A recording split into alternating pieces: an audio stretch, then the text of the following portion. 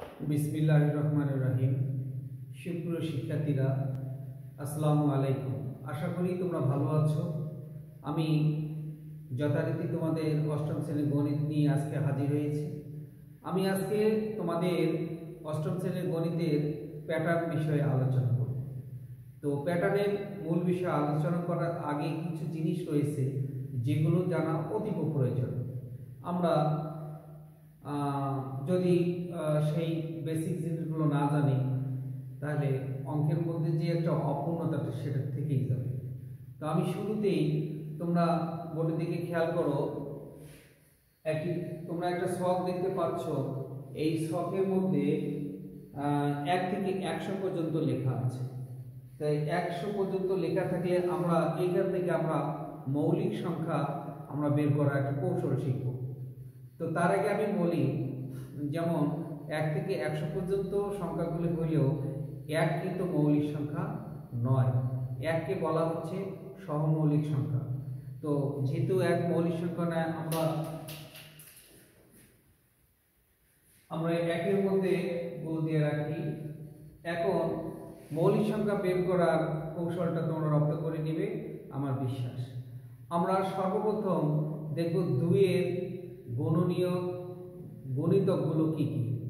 2-এর গণিতকগুলো আমরা কেটে দিব। তাহলে অর্থাৎ এখানে একটু সহজেই তোমাদের বলে দেওয়া যায় 2-এর গণিতক কারা হবে। যে সংখ্যাগুলি জোড় বা শেষে শূন্য আছে সেই সংখ্যাগুলি হবে 2-এর গণিতক। যেমন আমরা 4 কেটে দিতে পারি, 6 জোড় সংখ্যা কেটে দিই,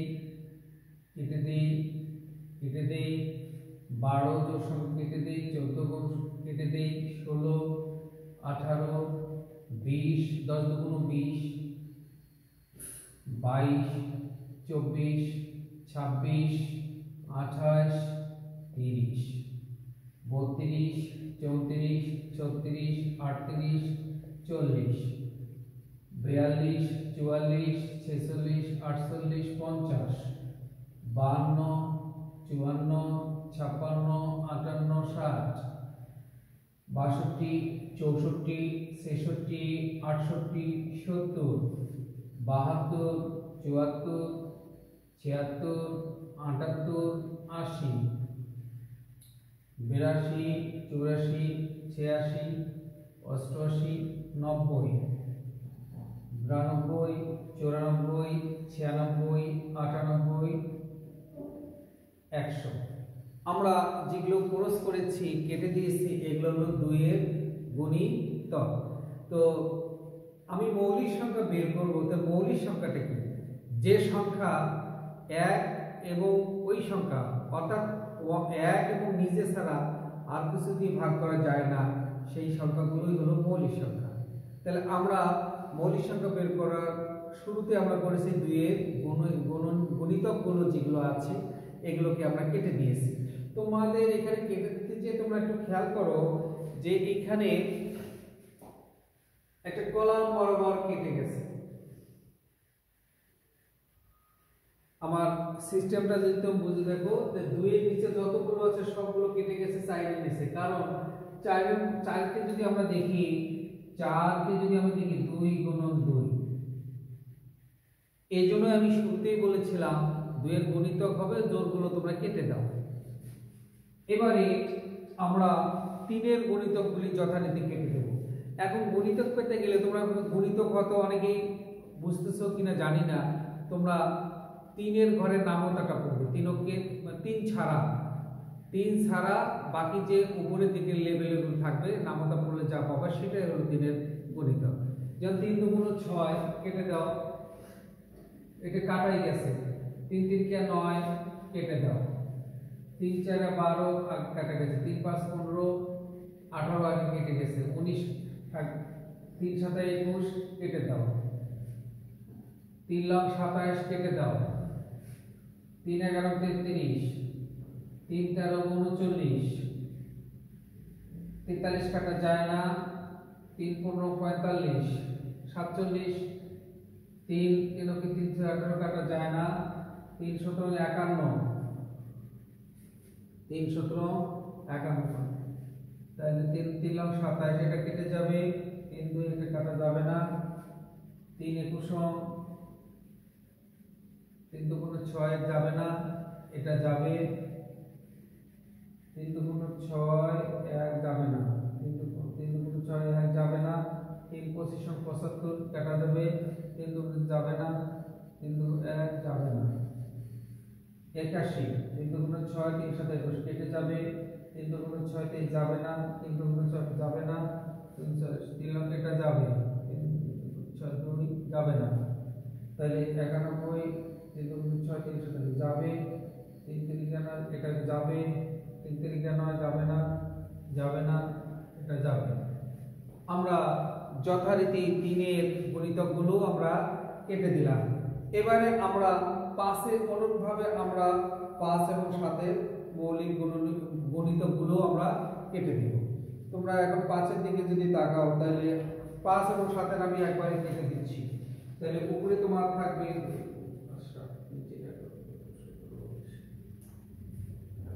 নিচেটা এটাও থাকবে 5, এটা কেটে যাবে,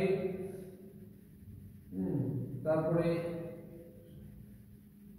31 এবং 37 535 137 সব কেটে যাবে, 41 এখানে তোমরা খেয়াল করো 41 43 47 49 49 60 49 কেটে যাবে, খালি 41 আর 43 আর 47 থাকবে, 41 43 47 থাকবে।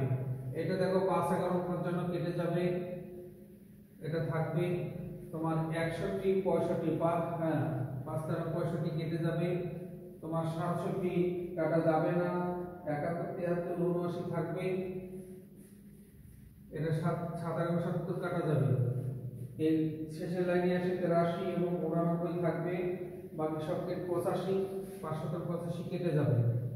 আর একদম লাস্ট যে লাইনটা এখানে শুধুমাত্র 97 থাকবে, কারণ এটা 5 অনুসরণ 95 কেটে যাবে।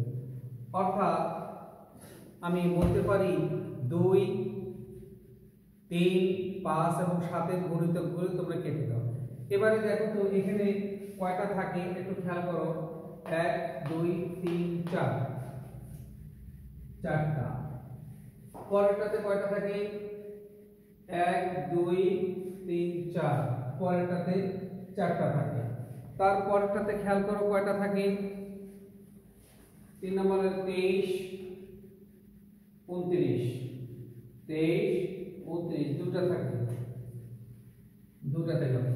অনুরূপভাবে তোমরা নিচের দিকে দেখতেই থাকো কয়টা থাকে, এখানে থাকে একটা দুইটা, এখানে থাকবে 41 43 1 2 3টা, এখানে থাকবে 53 দুটা, এখানে থাকবে 1 2, এখানে থাকবে 1 2 3,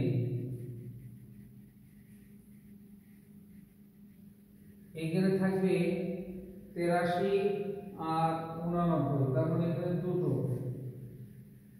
আর এখানে থাকবে তোমার কত 97 একটা।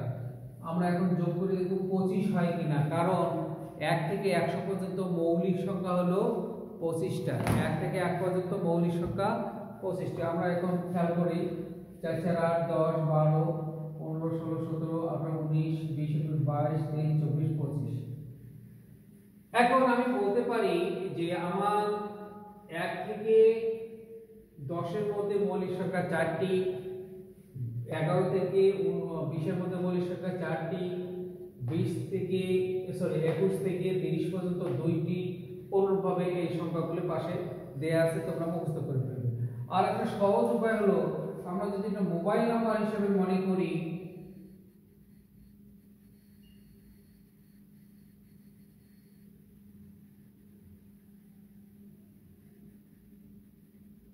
দশ ডিজিটের মোবাইল নাম্বার 4422322321।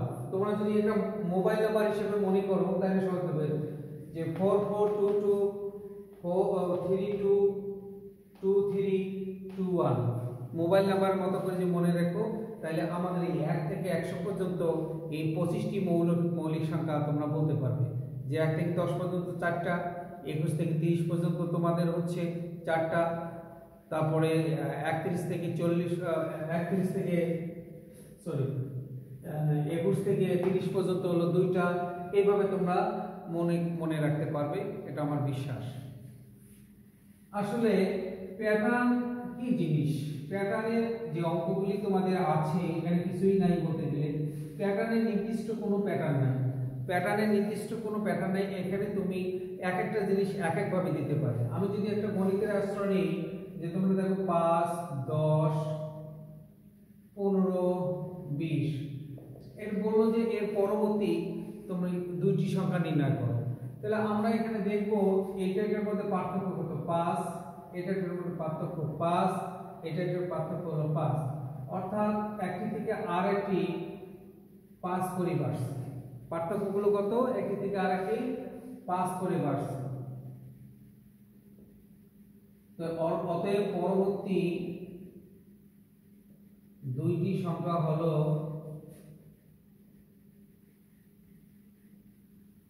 20 যোগ 5 বা 25, এবং আমরা 25 পর দেখো আমি সহজ কথা বলি, 5 এর সঙ্গে 5 যোগ করে 10 পেয়েছি, 15 এর সঙ্গে 5 যোগ করে আমরা 20 পেয়েছি, তাহলে 20 এর সঙ্গে আবারও 5 যোগ করে আমরা 25 পেলাম। তাহলে এখন 25 এর সঙ্গে 5 যোগ করে আমরা কি পাবো, পরবর্তী সংখ্যা 30 পাবো। উত্তর হলো আমার 25 এবং 30। যেহেতু বলছে এই প্যাটার্নটির মধ্যে, এই সাংখ্যিক প্যাটার্ন, এই প্যাটার্নটির মধ্যে পরবর্তী দুইটি সংখ্যা নির্ণয় করো। তাহলে সুপ্রিয় শিক্ষার্থীরা, আমরা এভাবে অসংখ্য আমরা প্যাটার্নের পরবর্তী সংখ্যা আমরা বের করতে পারবো। এখানে অনেকগুলো নিয়ম রয়েছে, কোনোটা প্যাটার্ন সাংখ্যিক প্যাটার্ন, কোনোটা জ্যামিতিক প্যাটার্ন দিয়ে করতে হয়, কোনোটা বীজগণিতিক সূত্র একটা প্যাটার্ন দেওয়া থাকতে পারে, সেখান থেকে বের করতে হয়। আমরা পরবর্তী লেকচারে আমরা সেগুলো শিখব। আমি একটু সামান্য ব্যাপার বলি, আসলে জিনিসগুলো এক একটা ধারাবাহিকতা থেকে আমরা এক একটা জিনিস বের করব। এখন তোমাকে যদি কেউ বলে যে 1, 2, 3, 4, 5, 6, 7, 8, 9, 10, এই 1 থেকে 10টি সংখ্যার সমষ্টি নির্ণয় করো, তাহলে এখানে একটা মজার একটা ব্যাপার রয়েছে, তোমরা খেয়াল করো। যদি আমরা প্রথম আর শেষটা যোগ করি, কত হয়, 1 আর 10, 11, আমরা 11 পাই। এবার দ্বিতীয়টা শেষ থেকে দ্বিতীয়টা যোগ করো, 9 আর 2 কত হয়, সরি ওটাও আমরা 11 পেলাম। এবার এটা তৃতীয়টা শেষ থেকে তৃতীয়টা, 8 আর 3 11, এটা চতুর্থটা ওই দিক থেকে চতুর্থটা, 1, 2, 3, 4, 7, 4, 11। তাহলে আমরা দেখতে পাচ্ছি এটা একটা সিস্টেম। 1 থেকে 10টি সংখ্যা দিলাম, জোড় সংখ্যক সংখ্যা থাকতে হবে, সেই ক্ষেত্রে এই 10টার মধ্যে প্রথম আর শেষটা যোগ করে দেওয়া হলো, শেষ থেকে আগেরটা প্রথম থেকে দ্বিতীয়টা যোগ করলেও তাই হবে। তাহলে আমাদের এখানে যদি 1 থেকে 10টি সংখ্যা হয়, আমার সংখ্যা পাচ্ছি আমি 5 জোড়া। কয় জোড়া, 5 জোড়া। প্রত্যেকটি জোড়ার সমষ্টি আমরা পেয়েছি 11। তাহলে এই সংখ্যাগুলির যোগফল হবে 55। তুমি এখন হিসাব করে দেখতে পারো সংখ্যাগুলির যোগফল হবে। আমি সহজ করে বলি, প্রথম আর শেষটা যোগ করে যা পাবো তার সঙ্গে যত জোড়া সংখ্যা, যেমন এখানে 1, 2, 3, 4, 5, 6, 7, 8, 9, 10, 10টা মানে 5 জোড়া, 5 গুণ করলে আমরা তার সমষ্টি পেয়ে যাব। তো এইরকম অসংখ্য কৌশল এই অধ্যায়ের মধ্যে রয়েছে। আর আমি আগেই বলেছি এই অধ্যায়ে আসলে কোনো সিস্টেম নেই, প্যাটার্ন। আমি হয়তো একটা ত্রিভুজ দিয়ে দিলাম, একটা কাটি হিসাব করে দিলাম, ত্রিভুজের কাটি দিয়ে তোমার দেওয়া আছে, বলা যে ত্রিভুজের কোন ভেদে তুমি চিন্তা করো। যেহেতু প্যাটার্নের কোনো নির্দিষ্ট প্যাটার্ন নাই, আমরা আজকে সামান্য শিখলাম। আমি আশা করি সামনের লেকচার তোমরা মিস করবে না। সামনের লেকচারে এটা বিস্তারিত আমি নিয়ে আলোচনা করব। তো আজকে আমি মৌলিক সংখ্যাগুলো মুখস্থ করার জন্য তোমাদের নির্দেশনা দিচ্ছি। তোমরা সবাই ভালো থাকবে এবং আমার পরবর্তী লেকচার দেওয়ার শুভেচ্ছা জানিয়ে আমি এখানে শেষ করছি। আসসালামু আলাইকুম ওয়া রাহমাতুল্লাহি ওয়া বারাকাতুহু।